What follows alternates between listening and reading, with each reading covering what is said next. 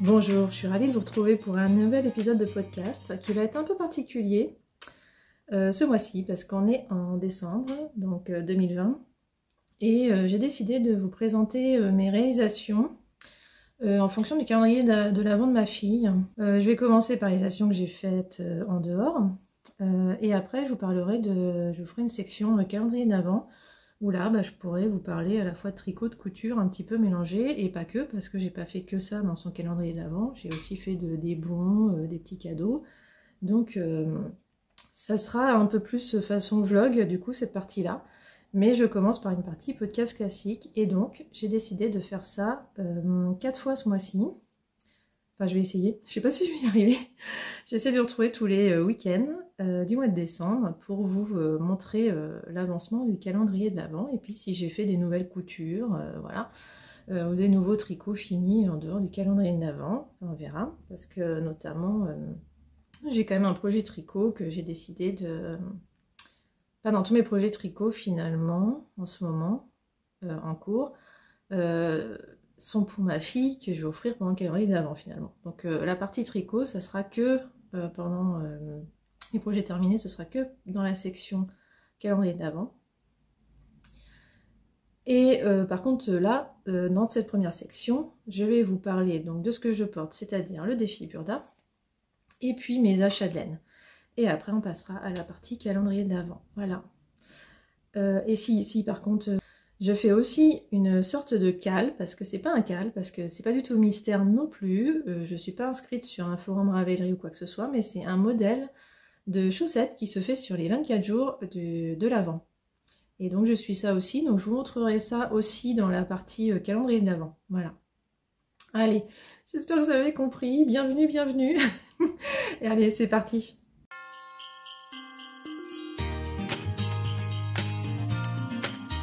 Et donc on commence par ce que je porte. Oula, je fais bouger la caméra, pardon. Le défi Burda. Donc j'ai décidé de coudre un modèle qui est de ce Burda de juin 2018. Et oui, déjà 1 an et demi. Et donc, non, 2 ans et demi, pardon. Et donc, c'est ce modèle-là que vous avez déjà pu voir sur Instagram, si vous me suivez sur Instagram. C'était le défi du 1er décembre. Donc, c'est un t-shirt dans un jersey qui est très connu, je vais vous montrer de près, qui est brillant. Donc, c'est la marque Un chat sur un fil. Ça fait très longtemps que je le vois, ce jersey. Ça fait des années qu'on le voit. Et ça fait des années que je l'ai acheté aussi, d'ailleurs. Et enfin, je l'ai cousu. Je ne savais pas quoi faire avec. Et je pense que je me suis un peu trompée parce que je ne suis pas complètement fan. Je vous montre. Je ne vous ai pas montré le modèle, je vous montrerai après, c'est pas grave. Voilà, donc ce que j'aime pas trop, c'est que en fait c'est fait pour un tissu fluide et ce jersey n'est pas assez fluide et les manches notamment restent comme ça. Voilà, droite. Et ça j'aime pas. Donc c'est pour ça que j'adore le porter avec mon gilet. En ce moment de toute façon j'ai un peu froid comme ça. Et au point que je me demande si je vais pas les froncer ou faire un pli creux ici. J'ai fait une simulation avec un pli creux ici et je trouve ça pas mal du tout en fait. Voilà, parce que c'est un peu difficile à faire comprendre, hein, mais voilà, au moins ça fait une manche qui retombe. Que sinon, bah, ça retombe pas. Et voilà, je trouve que ça me va pas ces manches-là. Là, c'est ça. Donc ça c'est tout simple, un petit pli creux, donc je vais essayer ça. D'ailleurs, je vous montrerai peut-être du coup si je le fais. Et je vais le retrouver souvent ce mois-ci. Voilà. Et donc, qu'est-ce que je voulais vous dire? Ah oui, la construction est assez originale de ce top. Je vais vous montrer donc le dessin dans le Burda, ça serait pas mal. Que je fasse aussi les choses dans l'ordre, si ordre il y a, je ne sais pas. Donc c'est le modèle 121 qui est donc un top à 2 ronds. Donc pas spécialement difficile, c'est vrai, je le confirme. C'est pas difficile, c'est juste assez surprenant comme construction. Donc je vous montre. Voilà, sur un tissu fluide ce que ça donne, rien à voir avec ce que j'ai sur moi évidemment. Ça donne très envie de faire dans un tissu comme ça, mais bon pas tout de suite parce que j'ai envie de faire autre chose aussi. Mais franchement elle, ça lui va super bien. Alors oui évidemment elle est en mode été avec son t-shirt qui lui va super bien. Et en plus le modèle prévoit de mettre, je sais pas si vous voyez, de mettre en plus des petits sequins ici. Alors c'est pas des sequins, n'importe quoi, hein. Des petites bouboules, hein. Des petits pompons.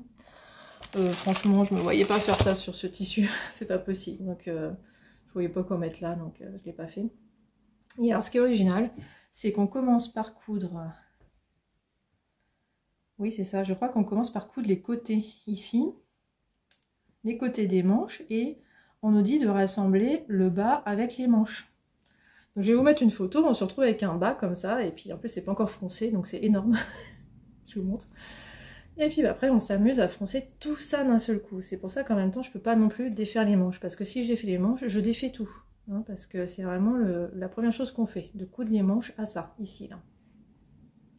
Enfin, la troisième chose, ça, la couture des manches et ça. Là. Et après, on fronce le tout. Donc si je défais les manches, je perds toutes les fronces. Hein, je recommence. Donc bon, c'est pas ce qu'il y a de plus passionnant, les fronces sur ce top. Hein, parce qu'on fait là, tout le tour. Hein. Ça fait quand même beaucoup de fronces à répartir. Faut pas se tromper, je vous montre l'arrière. Voilà. Je sais pas ce que vous voyez. Voilà. Donc, après, on coud donc ici les hauts. Et après, on rattache ça à ça. Voilà, c'est assez spécial. On rattache tout ça. Et après, évidemment, on fait la bande d'encolure. Alors, c'est juste une petite bande. Je suis pas sûre d'avoir suivi les explications là. J'ai plié en deux une bande, ce qui fait que j'ai le doré ici. Je me suis arrangée pour avoir que le noir de visible ici. Je trouve ça quand même un peu plus soft. Sinon, j'aurais une rayure là qui serait apparue un tout petit peu de temps en temps. Parce que la rayure n'est pas dans le même sens, évidemment. Enfin, si, mais je veux dire... je m'exprime mal, je sais pas comment dire. Voilà, ici, c'est pas dans le même sens. Ça aurait fait comme ça. Donc, j'avais le choix de faire comme ça. Et j'ai préféré faire noir. Voilà. Il fallait faire un choix, hein. Voilà, c'est pour ce petit top que je porte très bien en ce moment, donc avec mon gilet. Gilet du commerce, sans citer de marque, Camailleux, c'est très vieux. Ça a plusieurs années ce gilet. Mais je mets très peu parce que déjà, alors il est doré aussi. Et il ne va avec rien dans ma garde-robe. Alors il brille en plus. Hein. J'ai l'impression que oui, il attrape aussi peut-être des trucs. Et il brille, il a du doré, il ne va avec rien, donc je le mets très rarement parce que je peux le mettre qu'avec un t-shirt noir. Et j'ai beaucoup de vêtements comme ça où je peux mettre qu'avec des t-shirts noirs, donc bon. Du coup je le mets pas souvent. Et là je suis ravie parce que ça va avec. Et lui pareil, il n'y a rien qui va avec en fait. Donc ils sont faits pour s'entendre, ils sont tous les deux des âmes solitaires qui ont enfin trouvé un compagnon. Donc je suis ravie, voilà. Voilà pour la partie couture, je vous parle que de ça cette semaine. Je vous parlerai d'une autre réalisation la semaine prochaine qui est dans le livre CAP Couture. La robe du mois de novembre, oui je suis pas en avance. Je l'ai à peine finie donc je vous la montrerai la semaine prochaine. Et voilà, donc avant de vous laisser pour le calendrier d'avant, je vais quand même vous parler du petit colis que j'ai reçu. Il faut que je vous explique l'histoire. Là on parle tricot. Maintenant, là tout de suite. Alors, j'ai reçu un colis, j'ai commandé chez Fonty directement. C'est hyper rapide de commander chez Fonty directement, même si moi je préfère me fournir en Fonty chez Céline à Orsay, bien entendu, mais elle n'a pas autant de choix que le site Fonty, forcément, la maison mère. Donc j'avais commencé à prendre la laine chez elle. Je vais commencer par ça d'ailleurs. Je vais commencer par vous montrer ce que j'ai acheté chez elle. Je prends dans l'ordre. Donc ça, j'ai mis ça dans le sac de Margieva. Un bon gros sac à projet, mais c'est pas vraiment commencé. Alors, chez Céline sur un fil, j'ai craqué, je vais vous faire dans l'ordre, parce que j'ai craqué sur une laine Fonty bébé Mérino chez elle, et comme en général, j'ai pas de chance quand je craque sur une laine, moi. Oui, alors oui, c'est raccordé à mon échantillon, faudrait pas que je tire trop dessus, ça serait pas, c'était pas très malin. C'est cette couleur-là, je sais pas si vous voyez. C'est pas blanc, c'est pas beige, c'est rose très très pâle. Donc moi je voulais trop me faire un pull avec ça et elle me dit maintenant il m'en reste que 2. Ah là là, j'ai bloqué dans le magasin, je dis c'est pas vrai. Comment faire? Puis elle me dit c'est une couleur qui fond plus donc c'est même pas la peine, tu la trouveras pas ailleurs, ça se fait plus cette couleur. Alors en plus il se trouve que le chiffre de la couleur est très dur à lire, donc je suis même pas allée vérifier, il faudrait que je vérifie quand même. Mais il faut que je devine le nom le numéro de la laine en plus. J'ai un peu galéré pour le lire et donc j'ai laissé tomber. Oui, je suis sur le site Fonty, je n'ai pas vérifié s'ils en avaient. Bah oui, parce que j'arrive pas à lire le code. Voilà. Donc j'ai craqué là-dessus, et donc j'ai réfléchi, j'étais avec ma copine Agricote coucou Magali, et donc j'ai laissé faire ses achats, comme ça j'ai eu le temps de réfléchir, puis je me suis dit, mais au fait, ça fait très longtemps que j'ai envie de faire le pull cocoon du pull Wooleo.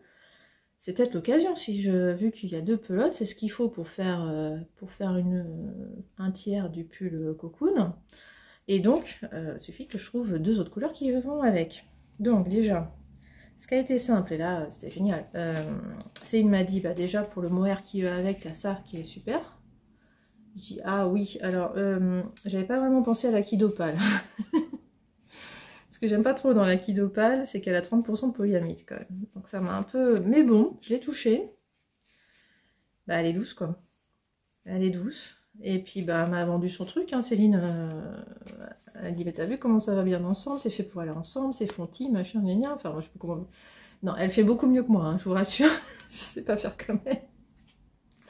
Mais voilà, elle m'a vendu ça. Je dis, ah ouais, c'est magnifique, j'adore. J'étais conquise dans le magasin là. Et donc, d'ailleurs, je peux vous montrer ce que ça donne en échantillon, parce que j'ai dû défaire mon échantillon. Et je vous spoil déjà, mais voilà. Alors, si j'arrive à le sortir, c'est le bazar là-dedans, j'ai trop de laine. Donc, en échantillon, ça donne ça. J'ai fait un tiers d'échantillon, parce que justement, l'idée, c'est de voir avec quoi ça va. Donc, j'ai déjà fait un échantillon que j'ai pas pris en photo, mais j'ai pas du tout aimé le résultat. Parce que je l'ai associé avec du jaune, parce que je voulais du jaune. En fait, j'ai craqué sur un pull Cézanne l'année dernière, et donc je veux absolument le faire dans les couleurs du pull Cézanne. C'est-à-dire mauve, rose, jaune. Donc le rose il est là, le jaune il est là, donc très pâle aussi, on voit bien, hein, très pâle aussi. L'idée c'est de faire un pull pâle. Et par contre, bah, elle n'avait pas de jaune dans mon mohair pour m'associer, donc elle m'a proposé ça. Donc je dis pourquoi pas. Et puis après, bah, je voulais du mauve, elle n'en avait pas. Et elle m'a dit, mais non, mais attends, moi j'adore cette couleur, ça ira forcément bien ensemble, c'est ça. Alors, bon, bah, ça évidemment, vous n'avez pas la bonne couleur. Oui, voilà, comme ça. Un bleu canard. Donc avec ça. Non. J'étais d'accord sur le moment, je me suis dit, oui, super, on va faire ça, c'est joli. Je commence à faire mon échantillon. Je commence à faire mon rose, donc. Je commence à faire mon jaune avec le blanc. Alors ça, j'ai pas du tout aimé. Ça fait complètement moucheté en fait. Ça fait blanc jaune, blanc jaune, blanc jaune. C'est pas du tout ce que je veux. Moi, je veux quelque chose de uni. Donc ça marche pas. Et puis après, là, c'était encore pire. Hein. Quand j'ai ajouté ça, je dis mais où je vais quoi? Où je vais? J'ai détesté mon échantillon. C'était une catastrophe. J'ai pas aimé. Je l'ai pas gardé, c'est dommage. Hein. Mais bon, de toute façon, vous auriez peut-être aimé. Hein, les goûts et les couleurs, ça se commande pas malheureusement. On a chacun ses goûts. Et là, j'ai craqué. Quand j'ai fait mon échantillon samedi dernier, je me suis dit, c'est pas possible. Faut que je trouve une autre combinaison. J'adore cette partie-là. Faut que je trouve quelque chose qui va avec. Et alors, bon, bah, vous aurez la suite au prochain épisode, hein, parce que là, je suis pas allée plus loin. Mais donc, j'ai fait une commande chez Fonty. J'ai acheté ça pour aller avec ça. Voilà, déjà, ça, je pense que ça sera plus uni. Donc, toujours de l'acide opale. Hein. Voilà. Et je voulais du mauve et Fonty a du mauve. Donc j'ai acheté du mauve. Par contre, pas le mohair pour aller avec. Donc je me retrouve comme ça. Je vais y arriver. Et comme ça, on va faire comme ça sera encore plus simple. Voilà. Et là j'adore. Faut pas chercher à comprendre.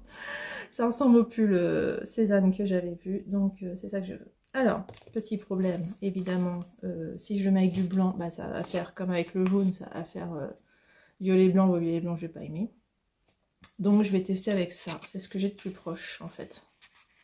Je vais faire l'échantillon avec ça pour voir si ça va. Si ça se trouve, ça va pas aller non plus, j'en sais rien. Voilà, donc vous saurez au prochain épisode, ou à la fin de cet épisode. Non, je pense que si je fais un épisode par semaine, je vais attendre pour la semaine prochaine pour vous montrer ce que ça donne. Voilà pour le pull cocoon de Longue Alcana, donc il sera un projet au très long cours parce que je ne sais pas du tout quand je vais le castonner, c'est pas mon prochain projet du tout. Parce que mon prochain projet c'est le Whitmore, j'ai commandé la laine aussi, et donc ça sera de la laine blanche, de la bébé mérino aussi d'ailleurs, en blanc. Et là par contre je voulais pas de l'acide opale déjà à l'époque, donc à l'époque j'avais pas voulu commander de l'acide opale. Et alors la bébé mérino, parce que du coup j'ai de la bébé mérino qui vient de partout, moi. J'ai de la bébé mérino qui vient de chez Céline sur un fil, j'ai de la bébé mérino qui vient de chez Fonty directement, et j'ai de la bébé mérino que j'ai pas descendu, donc de chez Fonty, qui vient de chez Lille Wiesel, parce que je voulais en blanc et c'était dur de trouver de la bébé mérino blanc, il n'y en avait pas chez Céline, et à l'époque j'avais pas pensé à commander chez Fonty directement. C'est ma copine Christelle EPEC78 qui m'a fait penser à commander directement chez Fonty, j'y avais pas pensé, parce que ça doit être récent qu'on peut commander chez eux, parce qu'il y a plusieurs années, alors c'est vrai que ça a plusieurs années, hein. J'avais voulu commander chez eux, c'était pas possible, fallait leur envoyer un mail, je sais pas quoi là, mais bon, ça fait longtemps en fait. Il faudrait que je me modernise moi aussi. Voilà, donc voilà pour dire qu'il y avait de la bébé mérino blanc chez Lille Wiesel, donc j'ai fait une commande aussi chez eux, donc c'était super. Et j'en avais profité pour prendre le mohair qui va avec ça, donc pour rien. Donc va falloir que je trouve un projet pour ça, hein. C'est pas possible parce que c'est très joli, mais j'en ai marre de tricoter du bleu canard et du turquoise en fait aussi. Il y a un truc psychologique là, j'en ai marre de tricoter cette couleur parce que je vous montrerai la semaine prochaine. Enfin si, je vous ai montré aussi dans le dernier épisode, j'ai cousu un tour de cou dans ces couleurs là. J'ai tricoté un tour de cou dans ces couleurs là. J'ai un pull dans ces couleurs-là, j'ai 2 pulls dans ces couleurs-là, enfin... Faut que je digère un peu, là. J'adore cette couleur, mais là, trop c'est trop, quoi. Il y a un moment, je fais une indigestion. Donc, voilà, j'ai proposé à ma fille, elle m'a dit que oui, ça lui plaisait, donc pourquoi pas. Donc, je vais peut-être acheter... Je vais voir si Céline a le même bain. Si elle a le même bain, je vais lui prendre tout ce qu'elle a pour faire un pull à ma fille dans cette couleur-là, en mohair, parce que ma fille a craqué sur le 13KO. Et je me dis qu'en prenant la petite taille, ça peut lui aller. Oui, du haut de ses 10 ans, de ses 9 ans, là. Elle fait du 10 ans, mais bien tassé. Hein. Il faudrait passer aux 12 ans maintenant. Donc je pense que ça peut le faire. Voilà, voilà. Donc allez, je vous laisse. Ça fait déjà un moment que je parle, un quart d'heure. Donc on va passer au calendrier de l'Avent. Donc là, ça va être un petit peu format montage, avec petite musique de Noël et puis tout ça. Allez, c'est parti.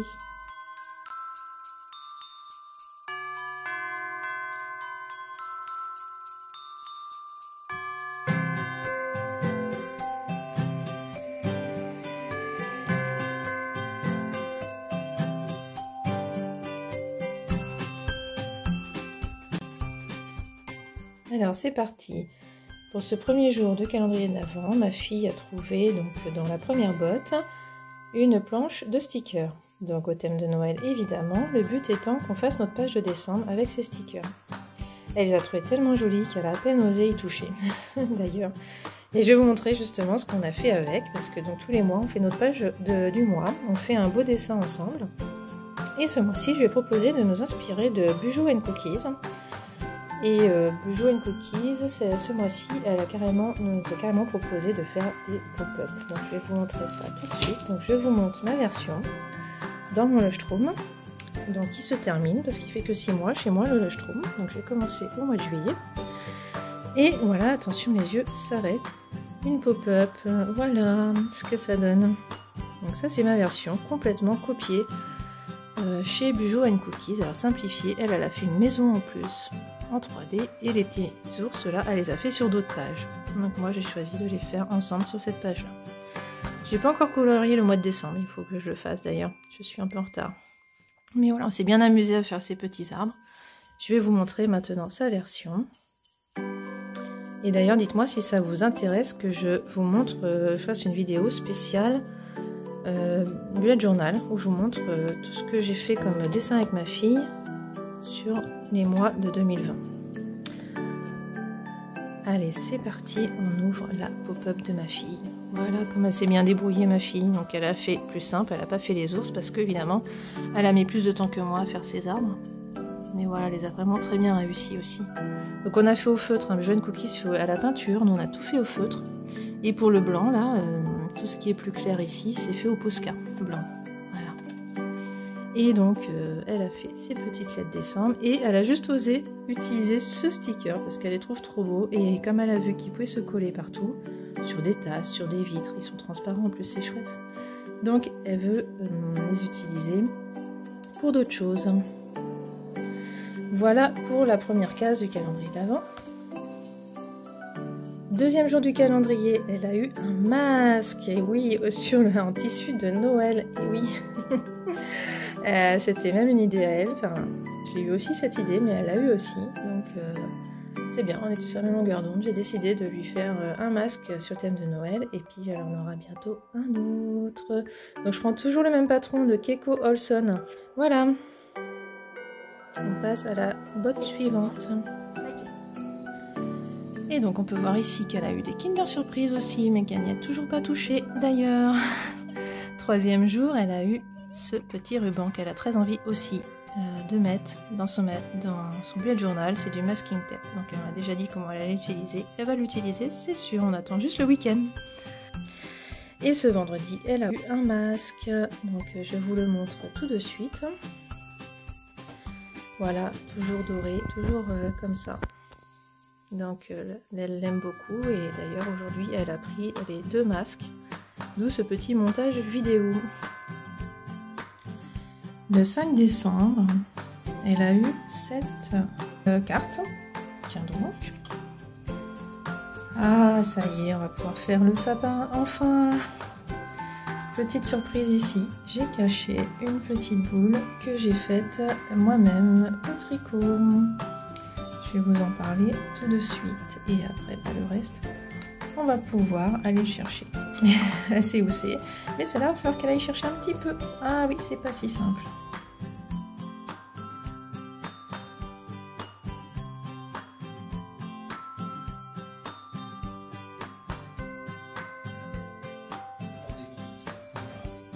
Oh, trouvé.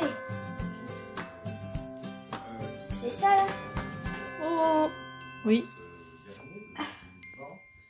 Puisqu'au fond, Elle est trop belle. l'objet de nombreux. C'est normal qu'il y ait du blanc. Et oui. Dans le monde, en étant... Et voilà la boule de Noël que ma fille a trouvée. Donc je l'ai tricotée grâce à un modèle gratuit sur Ravelry.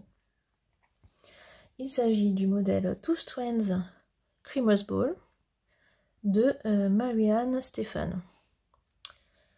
Voilà, donc c'est dans mes projets Ravelry tout ça. Donc c'est hyper rapide à tricoter. Je l'ai tricoté avec de la Creative Bubble rouge et blanche. J'ai pas la blanche avec moi. Mais voilà, c'est le même principe. Elle se voit pas bien la blanche, mais voilà, elle est là. C'est pas hyper agréable à tricoter. Faut pas non plus rêver. Hein, c'est un peu spécial. C'est complètement synthétique. Donc ça va que c'est rapide, je l'ai fait en 3 séances de tricot là, donc je sais pas, 3 fois une demi-heure peut-être, je sais plus, 3 fois 3 quarts d'heure, je sais pas. Donc j'ai fait ça en jacquard. Alors là je m'embête pas à croiser les fils, parce que moi je croise les fils s'il faut enfiler ce que j'ai tricoté. Là comme on n'enfile pas, hein, c'est caché à l'intérieur, je n'ai rien croisé du tout, donc c'est hyper rapide grâce à ça. Donc moi j'adore le jacquard, donc c'est hyper addictif, j'ai un fil dans chaque main, donc c'est super. Et donc on tricote en rond. Au début on a un tout petit rond, et du coup par contre bah, j'étais en Magic Loop, hein.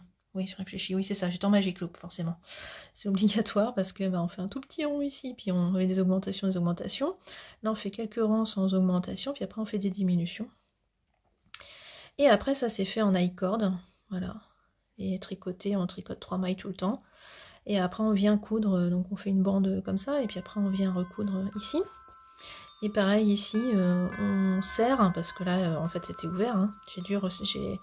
J'ai pu mettre de la ouate dedans par là, et après bah, j'ai resserré, et j'ai cousu aussi, pareil, toujours avec cette laine là, j'ai pu recoudre, on voit rien de toute façon. Donc voilà, je vais vous montrer ça dans le sapin. Et ça peut faire une bonne surprise. Voilà, je vous conseille ce modèle en tout cas. C'est très sympa, c'est très rapide à faire, c'est génial.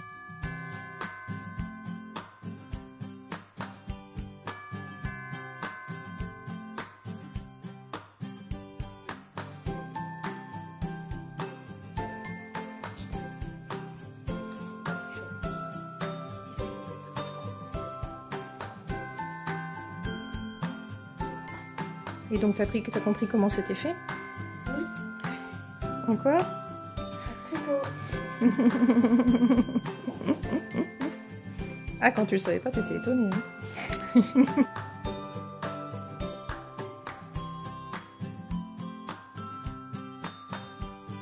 Et pour finir cette semaine, le 6 décembre, qui est donc un dimanche, elle a encore un petit bon. Cette fois, un bon... ça a l'air de ressembler à un atelier pâtisserie, non? Et oui, on va faire des sablés de Noël. Et je lui ai même mis un petit emporte-pièce en forme d'étoile dans la botte, alors que j'ai pas acheté du tout, que j'avais, et je lui ai mis dedans. Et c'était pas prévu ce jour-là de faire cet atelier, mais en fait elle est abonnée à Astrapi et il se trouve qu'Astrapi le 6 décembre il propose aussi une recette pour faire des biscuits en forme d'étoile et il demande d'avoir un emporte-pièce, donc j'ai dû le déplacer pour mettre dans cette boîte là pour qu'elle puisse faire la recette proposée par Astrapi si elle veut la faire. Et on va la faire parce que moi j'ai trop envie de sablés de Noël avec des épices de Noël. Et sur le site Cuisine Actuelle, j'ai vu qu'il propose de séparer la pâte en deux, de faire la moitié au chocolat, la moitié aux épices, parce qu'en fait, il n'y a que moi qui aime les petits biscuits aux épices de Noël. Et donc, à moins qu'on fasse cette recette-là de Astrapi. Dans tous les cas, on va faire des petits biscuits en forme d'étoile, je suis contente. Alors, j'ai scotché ma fille quand elle a vu qu'il y avait la même chose dans Astrapi. Donc on va faire des sablés de Noël.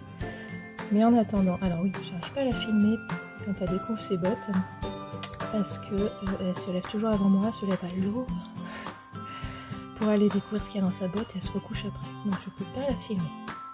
Voilà. Donc en attendant, là on est encore dimanche matin, en attendant qu'on aille faire les sablés, je vous montre les Advent Socks 2020 que je suis en train de faire. Le patron est en anglais, mais bon, ça va, c'est facile à comprendre. Même si on n'a pas fait d'études en anglais. Et donc je vous montre ma chaussette. En fait on a un motif à faire par jour. Donc le jour 1 il fallait faire les côtes. Heureusement je me suis dit que j'avais castonné avant et j'ai bien fait. Parce qu'en fait c'était trop large. J'avais castonné trop lâche. Parce qu'ils disent toujours de castonner souplement, sauf qu'en fait moi mon caston de base il est déjà souple, ça sert à rien que j'en rajoute, donc j'ai dû refaire le 1er décembre alors que j'avais déjà castonné avant. Donc j'ai fait les côtes le jour 1, le jour 2 on fait ces petites étoiles. Alors bon, j'espère que ça sera mieux au blocage hein, parce que là le pire c'est le jour 2, 3 des sapins, on les voit pas, on les voit très mal. Ça c'est de la bibounette, bibounette à l'époque où elle vendait de la laine. Ça, c'était des mini de laine amorée, ça et ça, que j'avais ensemble. C'était pour faire un bonnet de longue avec Anna, il me semble qu'elle avait vendu des mini. Là aussi, donc c'est le même verre, on voit très mal aussi. Donc il y a une maison là, par exemple. Je ne vais pas trop tirer, j'ai peur de perdre mes mailles. Voilà, donc c'est pas non plus hyper voyant. Après, c'est pas grave, parce que pour des chaussettes, j'ai pas envie non plus de porter des choses clignotantes aux pieds. Donc 1, 2, 3, 4 et jour 5, c'était donc hier samedi, des petites maisons. Donc là on les voit un peu mieux. C'est de la laine amorée aussi d'ailleurs. Je fais que de la laine amorée pour le moment, ça va changer. Mais là pour le moment c'est ça. Après je passe à de la arco-iris. Oui, aujourd'hui je fais ces deux petites couleurs. Et ça c'est que de la arco-iris. Donc je fais une journée arco-iris aujourd'hui. Je suis ravie. Et je mets tout ça dans des boules transparentes de Noël. Et tous les matins, en fait, je vais ouvrir ma boule où il y a mes petites... c'est ce que vous voyez au début de la vidéo, il y a des petites boules derrière moi. Donc là, j'ai sorti mes deux petits restes. C'est que des restes. Hein. Ça, c'est mon pull à l'Occasia. Et ça, c'est mon gilet but chaumont. Voilà, c'est marrant. Donc, je prends pas des couleurs non plus hyper contrastantes. Mais voilà, comme c'est de toute façon très coloré, c'est pas la peine d'en rajouter. De toute façon, je vous ai mis une photo du modèle où on voit mieux. Voilà, donc je vous en reparlerai toutes les semaines. Parce que pour le moment, je tiens le rythme. C'est facile hein, de tenir le rythme. Mais quand même, hier soir, comme j'ai pas eu trop le temps de tricoter, parce qu'en fait, hier, je suis allée voir Céline à la boutique sur un fil. J'avais besoin de racheter des aiguilles. Les aiguilles, vous voyez là. En fait, je les avais pas au début de la chaussette. Je suis allée les acheter. parce que j'ai fait n'importe quoi. J'ai commencé en 2,5, là je suis passée en 3. Et je me suis dit que c'était trop large, ça commençait à s'écarter comme ça. Donc je suis repassée en 2,5, alors que le patron préconise 2,75. Et je me suis dit que oui, ça serait quand même mieux que j'ai des 2,75. Donc maintenant je suis en 2,75 depuis les maisons là. C'est n'importe quoi. Ça se voit du coup que c'est pas tout le temps pareil. J'espère attraper ça au blocage. Je vous cache pas. Et donc chez Céline, j'y allais aussi pour chercher un mohair assorti à ça, j'ai pas trouvé. Donc tant pis. Le pull cocoon, il va attendre le prochain salon physique où je pourrai emmener ma pelote et puis voir si je trouve un mohair. Alors un mohair du coup indépendant, je pense, du coup je chercherai là-dedans. Parce que dans les salons, il y a très peu de laine industrielle. Enfin, en tout cas, je peux pas acheter sur internet, je saurais jamais si ça va avec. Donc ça va être un sujet au long cours. Donc j'ai arrêté mon échantillon, je vous montre quand même parce que j'avais un peu avancé depuis la dernière fois. Voilà. J'ai arrêté là. Mais en tout cas, pour le moment, ça me plaît beaucoup. Donc il faut juste que je trouve le mauve qui va bien pour aller avec ça. Mais donc ça sera dans plusieurs mois, donc je vous en reparlerai pas. Voilà. Du coup, on va passer à la pâtisserie, puis je conclurai là-dessus. Voilà, allez, à la semaine prochaine.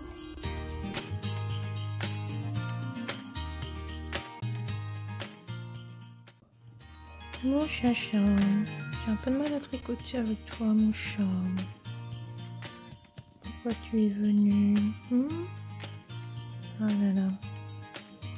Mon chat, t'es bien là, hein? Ah, t'es bien. Et voilà, il a gagné.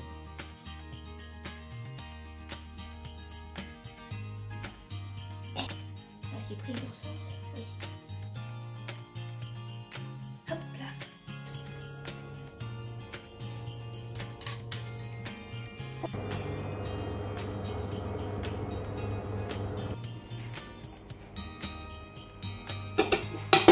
Et après le goûter, non, ça s'est bien mangé, ça va beaucoup plu. Parfait. Ceux aux épices sont même meilleurs que ceux au chocolat finalement.